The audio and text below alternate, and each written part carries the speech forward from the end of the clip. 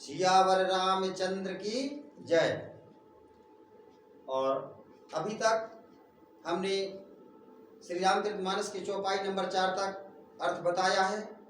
ये अर्थ भी छात्रों के हित को ध्यान में रखकर बनाया जा रहा है, क्योंकि हमारे देश की अंग्रेजी तो प्रतिदिन बढ़ रही है, हिंदी कमज़ोर हो रही है। इसी को मद्देनजर रखते हुए हम रामचरितमानस के द्वारा छात्रों की हिंदी मजबूत हो और धार्मिक आस्था भी बढ़े और वास्तविक शब्दों का ज्ञान हो जाए, इसलिए हम ये वीडियो बनाने जा रहे हैं।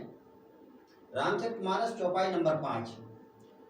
गुरुपद रजे मृदु मंजुल अंजन, नयने अमीय दृगे दोष विभंजन। गुरुपद रजे तहि करि विमल विवेक विलोचन, बरनौ राम चरित भव मोचन। बरनौ राम। श्री तुलसीदास जी महाराज जी गुरु वंदना के बहाने सारे संसार को ये ज्ञान देना चाहते हैं कि गुरु हर किसी को नहीं बनाना चाहिए। अपनी बुंदेलखंडी कहावत है, पानी पीजिए छानकर गुरु बनाओ जानकर, यानी पूरी जानकारी लेकर ही गुरु बनाना चाहिए। जिस प्रकार से संतों के लक्षण बताए हैं तुलसीदास जी महाराज ने, इसी प्रकार से मित्रों के भी लक्षण बताए हैं। मित्र कैसा होना चाहिए श्री रामचरितमानस में वर्णन है। उसी के बहाने लिखा कि गुरु पद रज मृदु मंजुल अंजन। गुरु महाराज जी के चरण कमलों की धूल की उपमा उस सुंदर मुलायम नयनों के लिए जो अमृत का काम करता है, नयनों के लिए जो अमृत का काम करता है, उसको कहा जाता है नयनामृत अंजन। ऐसा नयनामृत अंजन की उपमा गुरु महाराज के चरण कमलों की धूल से की गई है। और उस अंजन की विशेषता क्या होती है? जब नयनामृत अंजन आंखों में लगाया जाता तो नेत्रों में जितने भी विकार होते हैं, दोष होते हैं। अब नेत्रों के विकार क्या हैं, नेत्रों की कमियां क्या हैं, ये हम बता रहे हैं आयुर्वेद के माध्यम से। और रामचरितमानस में भी लिखा है कि नयन दोष जा कहूँ जब होई, ओ पीत बरण शशि कहे सब कोई। जिनके नेत्रों में गर्मी के कारण पीलापन छा जाता है, अर्थात नेत्रों में कमी आ जाती है, तो उसको चंद्रमा भी पीला दिखाई देने लगता है। और देखने का नजरिया, नयनों का दोष 2 प्रकार का होता है।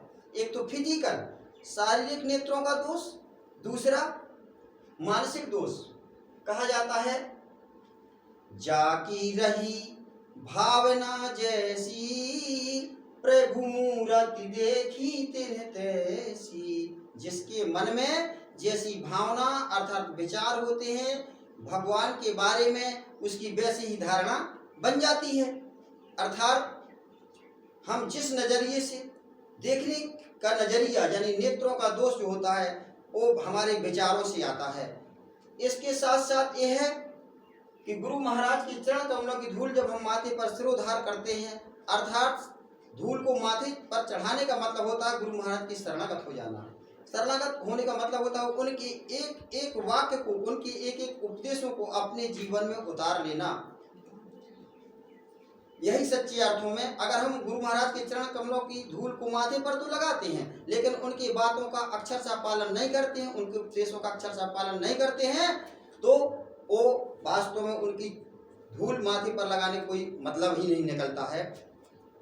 तो जिस प्रकार से नयनामृत अंजन आंखों के संपूर्ण दोषों को दूर कर देता है, आंखों से साफ साफ दिखाई देने लगता है, सब कुछ ज्ञान हो जाता है, उसी प्रकार से जब हम शरणागत होकर गुरु महाराज जी के चरणों कमलों की धूल अपने श्रद्धा और आस्था के साथ सिर पर लगाते हैं, तो हमारे हृदय के, हमारे मन के जो बुरे विचार होते हैं ठीक उसी प्रकार से दूर हो जाते हैं जिस प्रकार से नेत्रों में सुरमा या काजल लगाने से नेत्रों के विकार दूर हो जाते हैं।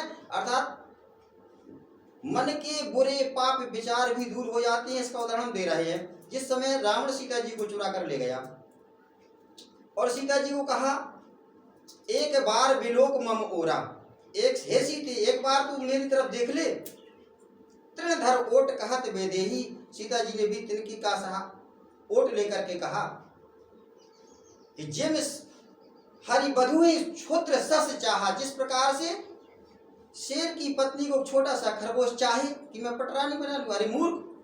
तो कहने का मतलब है जब सीता जी किसी प्रकार से नहीं मानी तो एक राक्षस ने सलाह दी, हे रावण आप महाज्ञानी हैं, मायावी हैं, हर किसी का रूप धारण कर सकते हैं, तो ऐसा क्यों नहीं करते आप राम का रूप धारण कर लो और सीता जी के साथ छल कर दो। जिस प्रकार से भगवान विष्णु ने जलंधर का रूप धारण करके वृंदा का सतीत्व हरण कर लिया था और जलंधर मारा गया था, इसी प्रकार से रावण तुम भी राम का रूप धारण करके सीता जी का सतीत्व नष्ट कर दो। सीता जी तुम्हें स्वीकार कर। रावण कहता है